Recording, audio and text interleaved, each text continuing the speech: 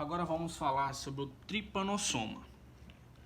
O nome é derivado da palavra grega trípano, que significa boca, soma, que significa corpo. Eles são os protozoários flagelados unicelulares.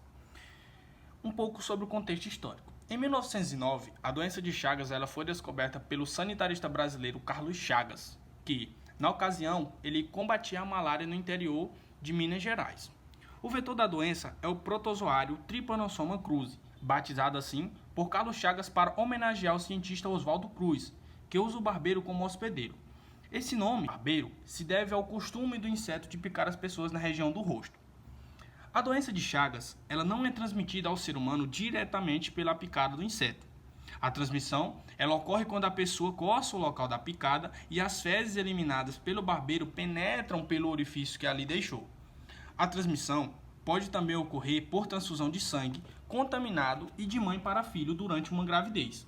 No Brasil, foram registrados casos de infecção transmitida por via oral em pessoas que consumiam caldo de cana ou açaí contaminados por insetos.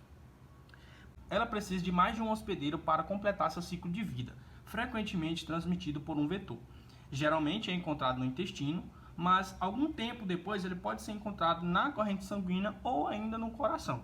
O seu ciclo se inicia quando a fêmea do inseto, a fêmea do barbeiro, hematófago, adentra na epiderme do homem, onde ocorrem duas ações por parte do vetor. Primeiramente, haverá a introdução de sua tropa por parte do inseto na superfície do epitélio, de modo que ele consiga se alimentar. Depois disso, ele se atira a defecar naquela região em que ele ficou aderido, para que em um segundo momento haja por parte do homem carregamento dessas fezes até o local lesado, para que então o ciclo do Trypanosoma cruzi no hospedeiro no homem comece. E assim como as artigotas penetram no organismo pela mucosa e ao lesar a pele, assim as artigotas elas invadem as células fagocitárias, se diferenciando em amastigotas. Essa forma multiplica-se intensamente por divisão binária dentro da célula. As amastigotas elas se transformam em tripomastigota, rompem as células e são liberadas na corrente sanguínea. A forma tripomastigota no sangue circulante pode penetrar em outras células, sendo elas cardíacas, o intestino ou nervosas, ou ser ingerida pelo triatomínio. A infecção do vetor ela ocorre durante o repasso sanguíneo. O vetor ele ingere a forma de tripomastigota, diferenciando-se em epimastigota no estômago, o triatomínio, onde as epimastigotas elas se transformam em um tubo digestivo do vetor, se transformando em tripomastigota metacíclico, porque é o que vai infectar o inseto. E esse vetor infectado, ele pica o homem e defeca sobre a pele, liberando assim a tripomastigota metacíclica nas fezes, a qual estão aptas a entrar em células hospedeiras mamíferas e assim se iniciar um novo ciclo. Para com o vetor da Trypanosoma, transmite frequentemente por esses vetores, como por exemplo, como podemos ver, a mosca T7C ou o Rhodinus, que é uma outra espécie. Algumas espécies, existem duas espécies distintas, na verdade, de Trypanosoma que causam doenças, que é o Trypanosoma brucei, que causa a doença do sono, e o Trypanosoma cruzi, que causa a doença de Chagas. A atribuição do Trypanosoma, a classificação é da classe Quinotoplastida, da ordem Trypanosomatidae, da família Trypanosomatidae e do gênero Trypanosoma.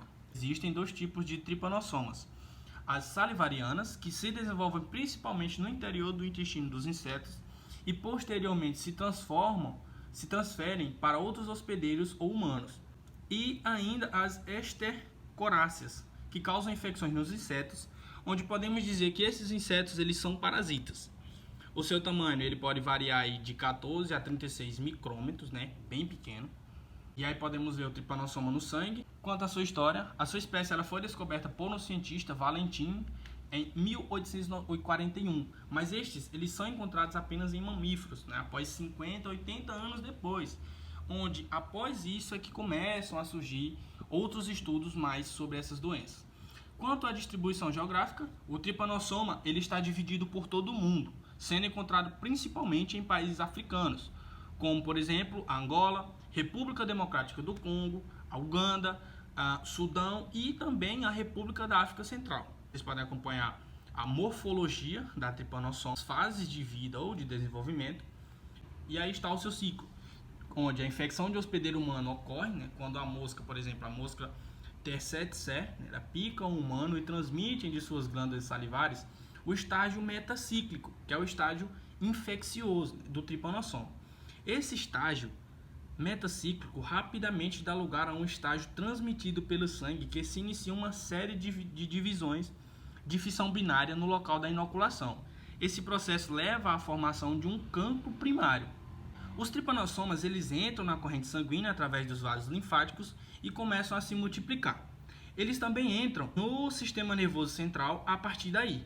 Uma mosca, T7C, subsequente se infecta ao gerir uma refeição de sangue que contém os tripanossomas do hospedeiro infectado.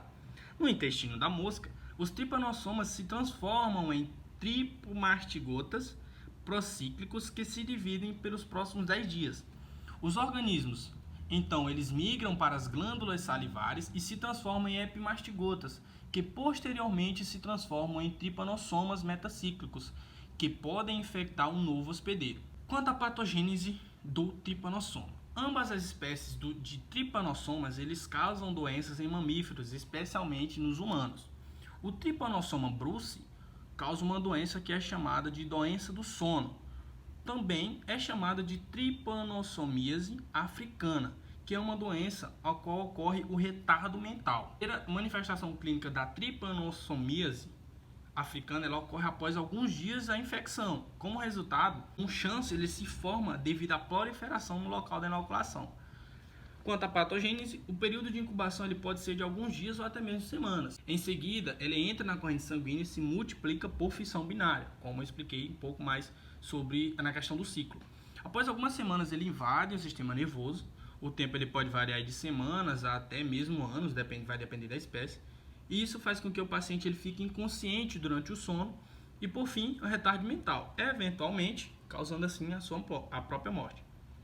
Outra espécie do Trypanosoma cruzi causa outra doença, que é a doença, inclusive a mais conhecida por aqui na nossa região, a doença de Chagas, também chamada de tripanossomíase americana. Ela pode ser dividida em duas fases, na fase aguda ou fase crônica. Na fase aguda, o tripanossoma ele reside intracelular e se divide. Depois entra na corrente sanguínea, onde aqui não ocorre a multiplicação. Nessa fase não há sinais e sintomas especiais, mas, como resultado, podem ocorrer sinais e sintomas generalizados, como por exemplo a dor de cabeça, perda de apetite e também diarreia. No estágio crônico, esses parasitas eles residem no coração e no intestino médio, e por algum tempo, no intestino posterior, causando o gigantismo, conhecido o gigantismo do intestino médio. Essa foi a minha apresentação, espero que tenham gostado, obrigado pela atenção.